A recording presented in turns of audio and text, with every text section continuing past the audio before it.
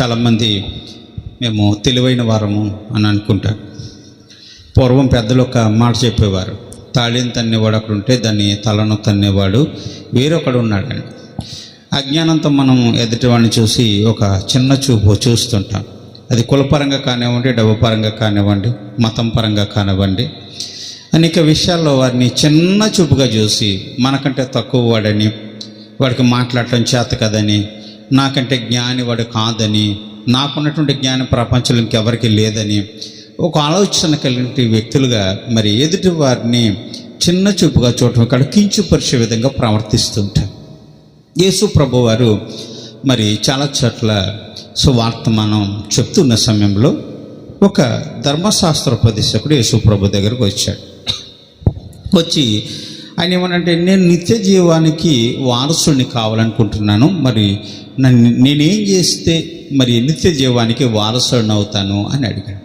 అంటే ధర్మశాస్త్ర ఉపదేశకుడు అంటే ఆనాడు మోషే గారి ద్వారా రాయబడిన ధర్మశాస్త్రము లేవి జాతికి ఇవ్వబడ్డది. ఆ లేవీయులు ఆ ధర్మశాస్త్రం ఎలా ఉందో అంత చదివి ఇజ్రాయెల్ ప్రజలందరికీ బోధించి ధర్మశాస్త్రానుసారంగా నడవటానికి వారికి మార్గం చూపించే ఒక బోధకులు, అంటే సమస్తము తెలిసిన వారు, అన్నీ తెలిసిండి కూడా చదివిన వారి, దేవుని ఆజ్ఞల గురించి తెలిసిండి కూడా యేసు ప్రభు దగ్గర వచ్చే బోధకుడా, నేను నిత్య జీవానికి వారసుని కావాలంటే నేనేం చేయాలి అని అడిగితే, నువ్వు ధర్మశాస్త్ర ఉపదేశకుడు కదా, మరి ధర్మశాస్త్రాన్ని చదివేవు కదా, మరి చదివి నీకు ఈ మాత్రం కూడా తెలట్లేదా అని అడిగితే, నిన్ను వలె నీ పొరుగు వాడిని ప్రేమించు, నీ దేవుడిని యెహోవాను పూర్ణ హృదయంతోనూ పూర్ణాత్మతోనూ పూర్ణ మనసుతోనూ సేవించవలని వ్రాయబడి ఉన్నది అని ధర్మశాస్త్ర ఉపదేశకుడు యేసు ప్రభుతో చెప్పాడు. ఈ యేసు ప్రభు వారు మరి అలాగైతే నీ పొరుగు వాడిని నువ్వు ప్రేమిస్తున్నావా అని చెప్పి ఆయన ఆ ధర్మశాస్త్ర బోధకుడికి ఒక ఉపమానాన్ని చెప్తున్నాడు. ఒక వ్యక్తి బాగా డబ్బున్న వ్యక్తి అట, బాగా సంపాదించిన వ్యక్తి. అతను అనుకున్నాడు, నా దగ్గర ఉన్న డబ్బు పట్టుకెళ్ళి వ్యాపారంలో పెడితే ఆ వ్యాపారంలో అంతకంతకు అధికము చేసి ఆ డబ్బుని హెచ్చించాలని అనుకున్నాడు. తన దగ్గర ఉన్న డబ్బంతా సమకూర్చుకున్నాడు, తమ దగ్గర ఉన్న వస్త్రాలన్నీ సమకూర్చుకున్నాడు, ద్రాక్షరసము అలాగే వెండి బంగారం అన్నీ కూడా తన వాహనం పైన గాడిద పైన ఎక్కించుకుని యెరూషలేము పట్టణం నుంచి యెరికో పట్టణానికి దిగి వెళ్ళిపోతూ ఉన్నాడట. అంటే యెరూషలేము పట్టణం అంటే పరిశుద్ధమైన పట్టణము, యెరికో పట్టణం అంటే శపించబడిన పట్టణం. ఈ శపించబడిన పట్టణానికి వెళ్ళి అక్కడ వ్యాపారం చేయాలని అతని ఆలోచన. కాబట్టి ఆ డబ్బుతో అతను వెళ్ళిపోతుంటే దారిలో కొంతమంది అతన్ని పట్టుకున్నారు, అతన్ని చెదగొట్టారు, అతని దగ్గర డబ్బంతా లాక్కున్నారు, ద్రాక్షారసం లాక్కున్నారు, నూనె లాక్కున్నారు, అతని దగ్గర వస్త్రాలన్నీ లాక్కున్నారు. చెదగొట్టి కొన ఊపిరితో ఇంకా చస్తాడో బ్రతుకుతాడో అనే విధంగా ఉన్నప్పుడు, ఇక అతను ప్రాణం పోతుందేమో అని అన్నప్పుడు అతన్ని దారి ప్రక్కనే వదిలేసి వెళ్ళిపోయారట. చూడండి, అతడు యెరూషలేము పట్టణము నుండి యెరికో పట్టణానికంటే పరిశుద్ధమైన పట్టణాన్ని నుంచి పాప సంబంధమైన పట్టణానికి దిగి వెళ్ళిపోవడం. అవునండి, పరిశుద్ధులుగా ఉన్న మనము పరిశుద్ధతను వదిలిపెట్టి డబ్బు ఆశతోటో లేకపోతే లోకాశతోటో ఇతరితర శరీర సంబంధమైన ఆశలతో పరిశుద్ధమైన స్థలాన్ని వదిలిపెట్టి ఎక్కడికి పోతామండి? పాప సంబంధమైన స్థలాలకే పోతూ ఉంటాం. అవునండి, చాలామంది క్రైస్తవులు దేవుణ్ణి నమ్మిన తర్వాత కూడా తిరిగి పాప సంబంధమైన స్థలాలకి పోతూ ఉన్నారు. పాప సంబంధమైన స్థలాల్లో వారు పాల్పొంపులు పొందుతూ ఉన్నారు. యేసు ప్రభు వారు ఒక ఉపమానం చెప్తూ, రాగడ దినాలలో పీనుగు ఎక్కడుందో గద్ద అక్కడ వాలుతుంది అన్నాడు. పీనుగు కంపు కొడుతుంటుంది కదా, చాలా దుర్వాసన కొడుతూ ఉంటుంది. అది 24 గంటలు పోతే అది ఆ బాడీ అంతా ఉబ్బిపోయి, ఆ శరీరం అంతా ఉబ్బిపోయి గ్యాస్ లోన పుట్టుకొచ్చి అది విపరీతమైన దుర్వాసన కొడుతూ ఉంటుంది. అటువంటి స్థలాల్లోకి ఏమెళ్తాయండి? గద్దలు వెళ్తాయి. గద్దలు ఆ స్థలములో ఎక్కడైతే ఉందో ఆ పీనుగుని గమనిస్తూ ఉంటాయి. అవును కదా, దాని పని అదే. గద్ద పని ఏంటి? ఆ కింద ఎక్కడైతే కళేబరం ఉందో, ఎక్కడైతే ఆ శరీరం ఉందో దాన్ని వెతకటమే దాని పని, ఆ గద్దకున్న పని. అవును కదా, రెండో పని ఉండదు. అవి దేవుడిని ఎదుగుతాయా? దేవుని ఎత్తుకో. మంచి మంచి కుటుంబాలు ఎదుగుతాయా? మంచి కుటుంబాలు ఎత్తుకో. మంచి ఆహారం ఎదుగుతుందా? మంచి ఆహారం ఎత్తుకోదు. కానీ ఆ కళేబరంలో ఉన్నటువంటి కుళ్ళిన మాంసాన్ని తిని అనుభవం కలిగిందంటే గద్ద. ఆ కుళ్ళిన మాంసం అంటే చాలా ఇష్టంగా తింటారు. అది ఆ కుళ్ళిన మాంసం అంటే చాలా ప్రీతికరంగా అది భోజనం చేస్తుంది. అది ఆకాశంలో తిరుగుతుంటుంది గద్ద. తిరిగి తిరిగి ఎక్కడుందా ఆ కళేబరమని అక్కడికి వెళ్ళి వాలి దాని మీద వాలి దాన్ని ఉన్నట్టు మాంసం అంత ముక్కల కింద పీకు తింటూ చాలా సంతోషిస్తూ ఉంటుందట. మనం అలాగే ఒక్కొక్క చోటకి వెళ్ళినప్పుడు బిర్యానీ ఎక్కువ తింటాం. బిర్యానీ అంటే చాలా ఇష్టపడతారు, మాంసం అంటే చాలా ఇష్టపడతారు, చేపల ఫ్రై అంటే ఇష్టపడతారు, అలాగే మటన్ కుర్మా అంటే ఇష్టపడతారు. రకరకాలైన వంటకాయలు, ఏవేవో వంటకాలు చూసి ఎంత ఇష్టపడతామో అలాగే అది కుళ్ళిన మాంసం అంటే ఇష్టపడుతుంది. అంటే గద్దతో కొంతమంది మనుషులు అంటే దుర్మార్గుల నుండి దేవుడు హీనుగా అంటే చెడిపోయిన స్థలాల్లోకి గద్దల్లాంటి స్వభావము కలిగిన మనుషులు వెళ్ళి అక్కడికి వాలి అక్కడ ఉన్నటువంటి ఆ కుళ్ళిన మాంసాన్ని తినటం, చెడిపోయిన కార్యాలు చేయటం, చెడ్డ పనులు చేయటం ఇవన్నీ చేస్తారు. యేసు ప్రభువు రాకడ దినాలు ఇవన్నీ జరుగుతాయని ఆది కాలం మంది ఆయన పుట్టిన కాలాల్లోనే ఇవంతా చెప్పుకొచ్చాడు. అంటే మనుషులు చాలామంది యేసుక్రీస్తుని నమ్మినప్పటికీ కూడా వారు వెళ్ళి అక్కడ ఉన్నటువంటి స్నేహితులతో కలిసి ఆ చెడిపోయిన స్థలాల్లోకి వెళ్ళి అక్కడ తాగటము, తినటము, గంతులు వేయటము, వ్యభిచరించటము, ఇక దొంగతనాలు చేయటము, నరహత్యలు చేయటము, కుదిరితే చెడ్డ మాటలన్నీ మాట్లాడుకోవటం, ఒక మనిషి మాట్లాడుకోకూడనటువంటి దుర్మార్గమైన మాట్లాడుకోవటము, చెడు పనులన్నీ చేయటము అక్కడ చేస్తూ ఉంటారు. మరి ఇదేమిటని అడిగితే, దేవుడు నమ్మినావు నువ్వు, మరి ఇలా చేయొచ్చా అని మనం అడిగితే వాడి దగ్గర నుంచే సమాధానం ఏంటంటే, ఇవన్నీ మానుకోలేకపోతున్నానయ్యా అంటాడు. ఇవన్నీ నాతో ఉన్నాయి, నేను మానుకోలేకపోతున్నాను, ఎందుకంటే దేవుని అయితే నమ్మాను కానీ నాలో ఉన్న చెడు లక్షణాలు పోలేదు అని అంటూ ఉంటారు చాలామంది. ఇప్పుడు సిగరెట్ ఎందుకు తాగుతున్నామంటే, ఏం చేయమంటా, మానుకోలేకపోతున్నాను. మరి దేవుడిని మీ బాప్తిసం పొందేవు కదా, మరి నువ్వు తాగుతాను ఇలా తాగొచ్చా అంటే, మానుకోలేకపోతున్నాను, ఏం చేయమంటే అలవాటు అయిపోయింది అంటారు. కానీ మన ప్రాచీన స్వభావాలు, మన పాత బుద్ధులు వదులుకోవాలి. ఎందుకంటే క్రీస్తులో మన ప్రాచీన స్వభావాలు, ప్రాచీన అలవాట్లు, పాత అలవాట్లు ఇవన్నీ కూడా ఆయనతో పాటుగా సిలువ వేయబడినని ఎరుగుదుము అన్నాడు అపోస్తలుడైన పౌలు. ఎందుకంటే మనం సిలువ వేయబడి ఆ సిలువలో మన పాపములన్నీ కూడా యేసుక్రీస్తుతో పాటు అవన్నీ కూడా తీసివేయబడ్డాయి. యేసుక్రీస్తు మన పాపములన్నీ తీసేసి మనందరినీ పరిశుద్ధులుగా చేశాడు. పరిశుద్ధులుగా చేస్తున్నప్పుడు ఇక వీపు వెనక తట్టు పాడవేసిన పాపముల కోసం వెనక్కి తిరిగి చూడవచ్చా అంటే చూడకూడదు కదా. అలాగే ఆ పరిశుద్ధమైనటువంటి యెరూషలేము పట్టణం అంటే దేవుడు ఉండే పరిశుద్ధ పట్టణం నుంచి యెరికో పట్టణం పాప సంబంధమైన పట్టణానికి వెళ్ళిపోతున్న వ్యక్తిని మరి కొట్టి అక్కడ పడవేసి కొనగ ఊపిరితో వదిలి వెళ్ళిపోయారట. నిజమేనండి, మన పాప పరిశుద్ధమైనటువంటి పట్టణం నుంచి ఎప్పుడైతే దిగి పాపంలో పడిపోతామో, పాపంలో పడినప్పుడు మన దగ్గర ఉన్నాయన్నీ పోతాయి, అన్నీ లాక్కుంటారు, ఇంకేం ఉండదండి. ఆత్మీయ జీవితం సర్వనాశనం అయిపోతుంది, దేవునితో సంబంధాలు తెగిలిపోతాయి, పరిశుద్ధమైన గ్రంథం మనకు దూరం అవుతుంది, పరిశుద్ధమైన మాటలు మనకు దూరం అవుతాయి, మన ప్రవర్తన అంతా కూడా లోకానుసారంగా మార్చబడుతుంది, ఆత్మానుసారమైన జీవితం తగలబడిపోయి నాశనం అయిపోతుంది. కానీ పరిశుద్ధమైన జీవితం ఇంకా మనకు ఉండదండి. అటువంటి అనుభవాలు కలిగిన వ్యక్తి పరిశుద్ధమైన పట్టణం నుంచి పాప సంబంధమైన పట్టణాన్ని దిగిపోతున్నప్పుడు అక్కడ దెబ్బలు తిన్నాడు, సమస్తము పోగొట్టుకున్నాడు. అక్కడ ఈడవబడి అక్కడ కొన ఊపిరితో కొట్టుకుంటుంటే ఆ ప్రాంతం ఉండగా ఒక ధర్మశాస్త్ర ఉపదేశకుడు వెళ్తున్నాడట. ధర్మశాస్త్ర ఉపదేశకుడు అంటే ఎవరండి? ధర్మశాస్త్రం గురించి ప్రతి విషయము తెలిసిన వ్యక్తి, రూల్స్ అండ్ రెగ్యులేషన్స్, దేవుడు చేసిన నియమాలు, దేవుడు చేసిన శాసనాల గురించి తెలిసిన వ్యక్తి. ఈ వ్యక్తి ఆ దారి గుండా వస్తుంటే కొన ఊపిరితో కొట్టుకుంటూ ఉన్నాడట. ఇక చచ్చిపోయేలాగా ఉన్నాడు. వాడికి కాస్త నీళ్లు పోసి వాడు కొంచెం ఉపశమనం కలిగేటట్లుగా పరిచయం చేస్తే బ్రతకొచ్చుము అని ఆశ కలిగినప్పటికీ కూడా ఆ ధర్మశాస్త్ర ఉపదేశకుడు దారి గుండా పోతూ వాడిని చూసి తప్పించుకుని వెళ్ళిపోయాడట. రెండవదిగా మరి ఇంకొక లేవీయుడు అలాగొస్తున్నాడు. లేవీయుడు అంటే అతను కూడా దేవుని సేవ చేసేటువంటి వాడే, ధర్మశాస్త్ర ఉపదేశకుల దగ్గర పనిచేసే వ్యక్తులు లేవీయుడు, ధర్మం గురించి తెలిసినవాడు. ఒక రోజున నేను అమలాపురం వెళ్తుంటే దారి పక్కనే మరొక వ్యక్తిని స్కూటర్ గుద్దేస్తే రక్తం అడుగులు పడిన బోధలు పడిపోయాడు. చాలామంది ఉన్నారు, చూశారు, చూసి మాకెందుకులే అనుకుంటున్నారు. నాకైతే ప్రాణం అప్పట్లేదు. కొంతమంది అంటున్నారు, నువ్వు వాడి దగ్గరికి వెళ్తే ఇప్పుడు పోలీసులు వస్తారు, నిన్ను అడుగుతారు, నిన్ను ఆరాలు తీస్తారు, స్టేషన్కి రమ్మంటారు, చాలా అల్లరి చేస్తారు, వాడి గురించి నీకు ఎందుకు వెళ్ళిపోమని కొంతమంది చెబుతున్నారు. అయితే నాకు ప్రాణం అప్పగా 108కి ఫోన్ చేశాను, వస్తున్నామన్నారు. అన్న తర్వాత నేను అక్కడ నుంచి వెళ్ళిపోయాను. అంటే ఒక వ్యక్తికి చిన్నపాటి సహాయం చేయటానికి కూడా ఒప్పుకోరు. ఎందుకంటే వారు ఎక్కడ బాధల్లో పడతారు, ఇరుకుల్లో పడతారు, ఇబ్బందుల్లో పడతారని. నిన్ను వల్ల నీ పొరుగువాని ప్రేమించనే మాటకు అర్థమేముంది? యేసు ప్రభు వారు ఎవరైతే శ్రమలు ఉన్నారో, ఇబ్బందులు ఉన్నారో, ఇరుకులు ఉన్నారో వారిని ప్రేమించమనే కదా చెప్తున్నాడు దేవుడు. అవసాన కాలం మందు అవసరం వచ్చినప్పుడు, అతని ఇబ్బందుల్లో ఉన్నప్పుడు, ఇరుకులు ఉన్నప్పుడే సహాయం చేయమనే కదా యేసు చెప్పేది. మరి ఆ మాట వినాలి కదా.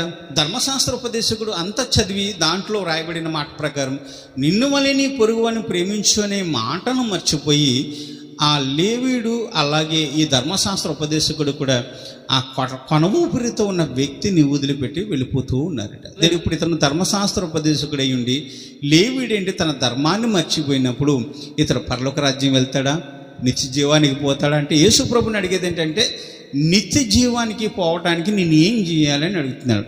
నిత్య జీవానికి పోవాలంటే ఏం చేయాలి?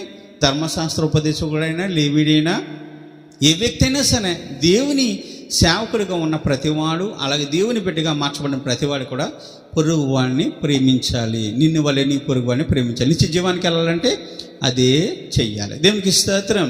అయితే అంతా తెలిసింది కూడా యేసు ప్రభు దగ్గర ఆ విధంగా ఆడటానికి కారణం ఏంటంటే నేను ధర్మశాస్త్ర ఉపదేశం, ధర్మశాస్త్రం గురించి నాకు అంతా తెలుసు కాబట్టి నేను పరలోక రాజ్యం వెళ్ళిపోతానని ఒక ఆలోచన అతనికి ఉంది. అంతే తప్ప కానీ దాంట్లో వ్రాయబడిన వచనాలు ఏవైతే ఉన్నాయో ఆ వచనాలు నేను పాటిస్తే పరలోక రాజ్యం వెళ్తానని అతనికి తెలీదు. కానీ ఆ ధర్మశాస్త్రం నాకు అంతా తెలుసు కాబట్టి ప్రతిదీ క్షుణ్ణంగా చదివాను కాబట్టి దేవుని రాజ్యానికి వెళ్ళిపోతానని ఒక ఆలోచన అతనిలో ఉంది. ఒక ప్రాంతంలో మరి ఒక అయ్యగారు ఆ ఊర్లో చాలా పెద్ద మనిషిగా సెలమని అవుతున్నాడట. ఆ వ్యక్తి మరి ప్రతిరోజు కూడా గోదావరి నది దాటి వెళ్తూ ఉండాలి.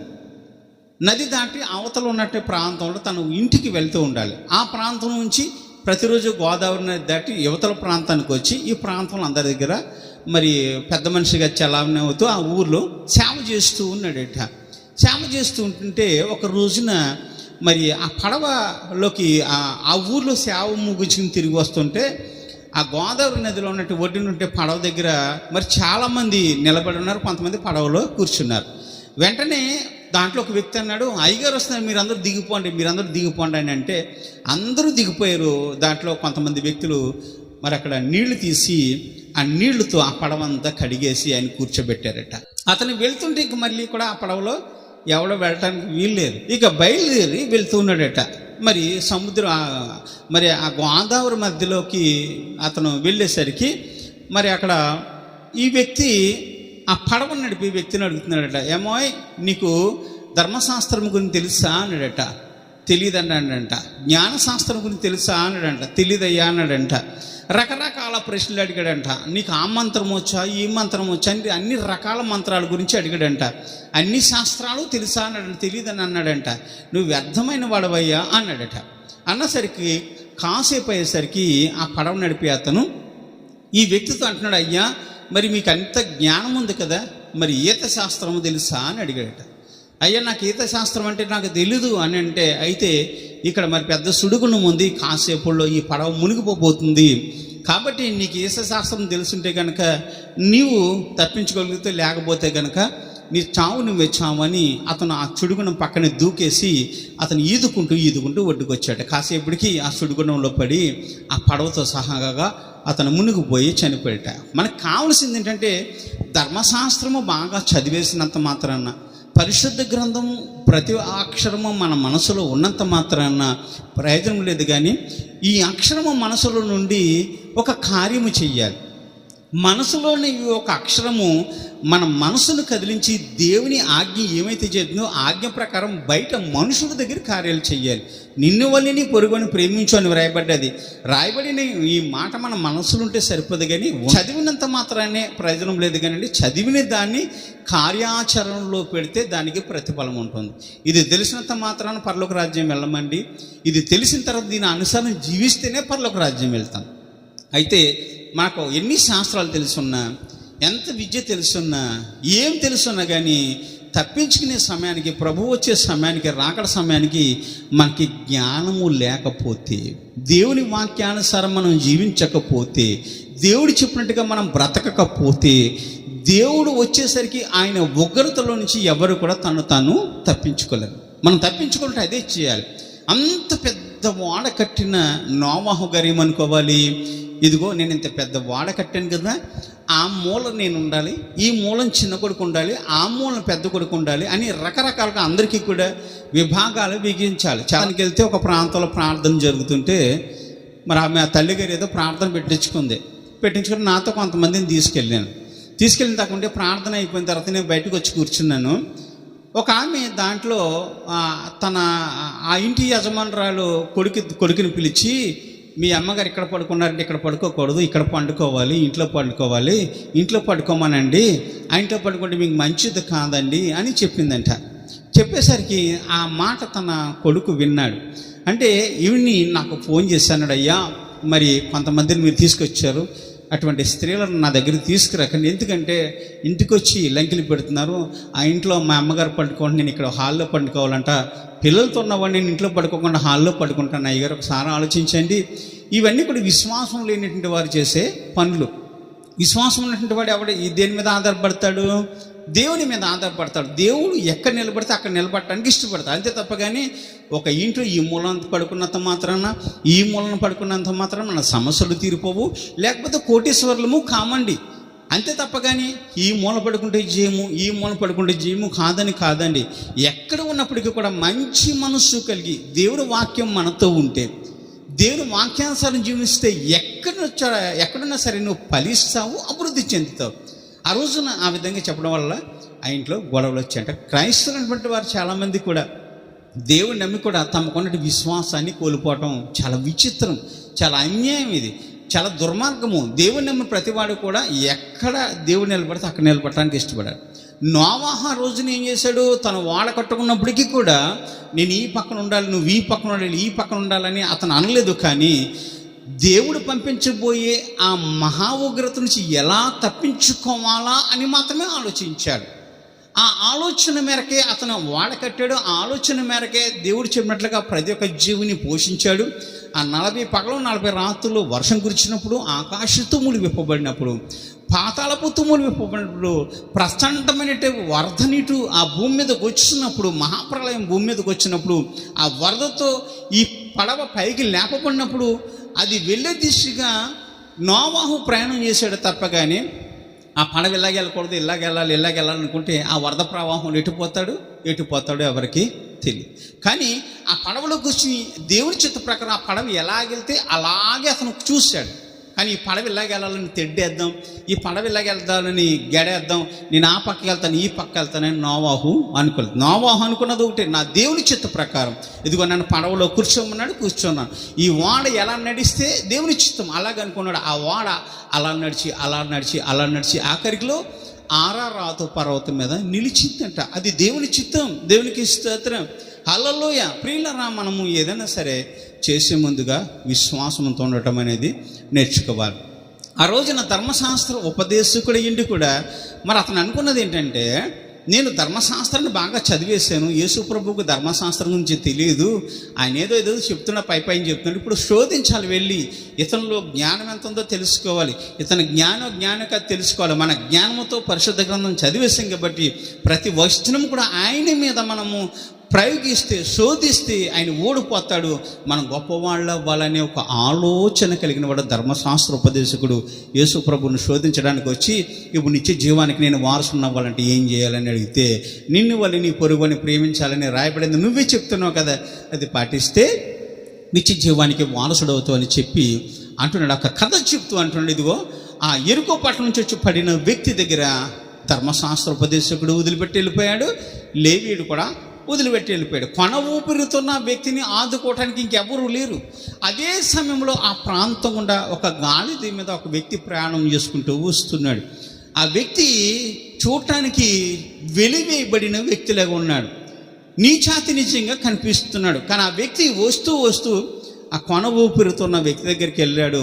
అతన్ని చూశాడు, అయ్యో ఇతను ఎన్ని దెబ్బలు తిన్నాడో, ఎంత శ్రమ పడుతున్నాడో, ఈ గాయాలని ఎంత ఇతన్ని హింసిస్తున్నాయో, అయ్యో ఎంతగా ఇతను ఇబ్బంది పడుతున్నాడు అని గబగబా దిగి తన దగ్గర ఉన్న ద్రాక్షరసం మొట్టమొదటిగా పట్టించాడు. ఎందుకు పట్టించాడంటే అతను కొన ఊపిరితో ఉన్నాడు కదా, ఈ ద్రాక్షరసం తాగిస్తే కొద్ది కాకపోతే కొద్దిన అతనికి నీరసము తగ్గి అతనిలో ఓపిక సత్తు వస్తుందని ద్రాక్ష రసంను మొట్టమొదటిగా తాగించాడు. రెండవదిగా ఏం చేశాడంటే తన దగ్గర ఉన్న నూనె ఏదైతుందో ఆ నూనె తన గాయముల మీద రాసి వాటిని అన్నీ కట్టాడంట. నిజమే, ఆలోచించండి. మనకి దెబ్బ తగిలినప్పుడు చాలామంది కొబ్బరి నూనె పోస్తూ ఉంటారు గాయాల మీద. పోసిన వెంటనే ఏమవుతుంది? చాలా మంట పుడుతుంది. అవును కదా, కొబ్బరి నూనె కదా అనుకుంటాం, మంట పుడుతుంది. కానీ గాయాల మీద నూనె రాస్తే తొందరగా స్వస్థత కలుగుతుంది.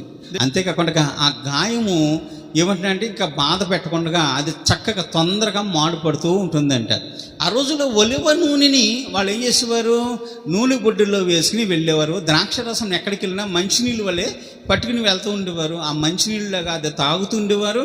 గాయములు తగిలితే ఆ నూనెని మరి ఏం చేసేవారంటే గాయాల మీద కట్టుకునేవారు.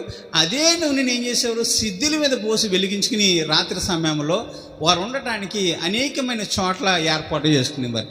ఆ నూనెను పట్టుకొచ్చి తన గాయములను కట్టాడు. అబ్బా, యేసు ప్రభు వారి గాయములు కట్టడంలో నెంబర్ 1. ప్రేమించడం అంటే ఏంటి?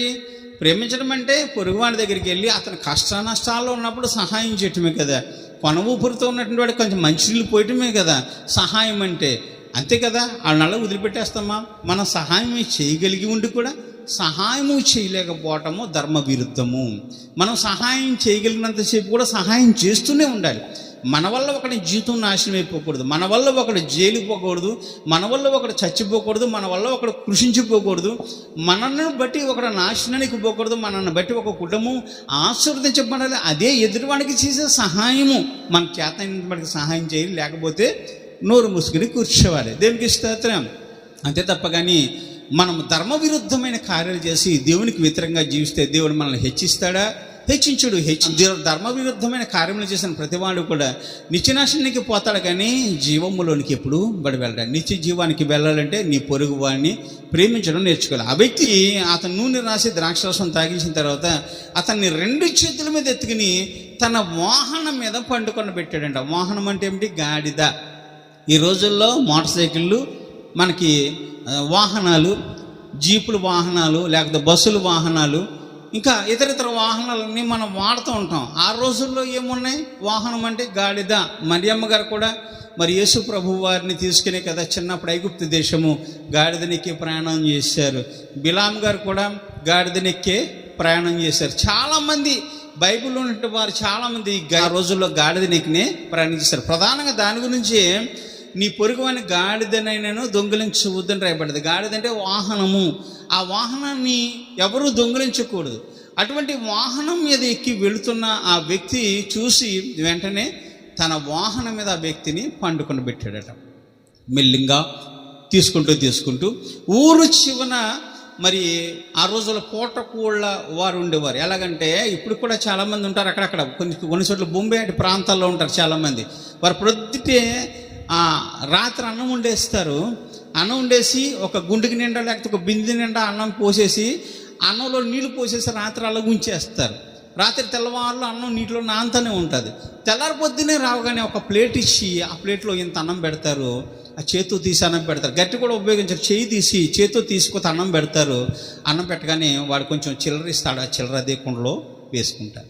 అలాగా పూటకోళ్ళ వాళ్ళు ఇదివరకు పూర్వకాలంలో ఉండేవారు. అటువంటి ఇంటికి ఈ వ్యక్తిని తీసుకెళ్ళి, ఇదిగో ఈ వ్యక్తి గాయములు చేత బాధించబడుతున్న వ్యక్తి, ఇతను గాయాలు కట్టాను, ద్రాక్షారసం పోసాను, ఇప్పటికైతే పర్వాలేదు, అయితే ఇతన్ని ఆదరించుకో, అన్నం పెట్టు అని అతనికి అప్పు చెప్పి మరనాడు ఆ వ్యక్తి ఆ ఇంటికి వచ్చి, ఇదిగో నీకు ఇంకా ఏమన్నా వస్తే నేను ఇస్తాను, దయచేసి తను ఆదరించు అని తన దగ్గర ఉన్నది ఇచ్చి అతను వెళ్ళాడు. ఇప్పుడు ఎవరు పొరుగువాడు అంటే, పొరుగువాడు ఎవడంటే గాయములు తగిలి ఉన్నవాడిని ఆదరించిన వాడే పొరుగువాడు. ఆ పొరుగువాడు ఎవరండి? ఎవరు? మన ప్రభువు అయిన దేవుడే. దేవునికి స్తోత్రం. అలాగే మన దేవుని బిడ్డలం కదండి.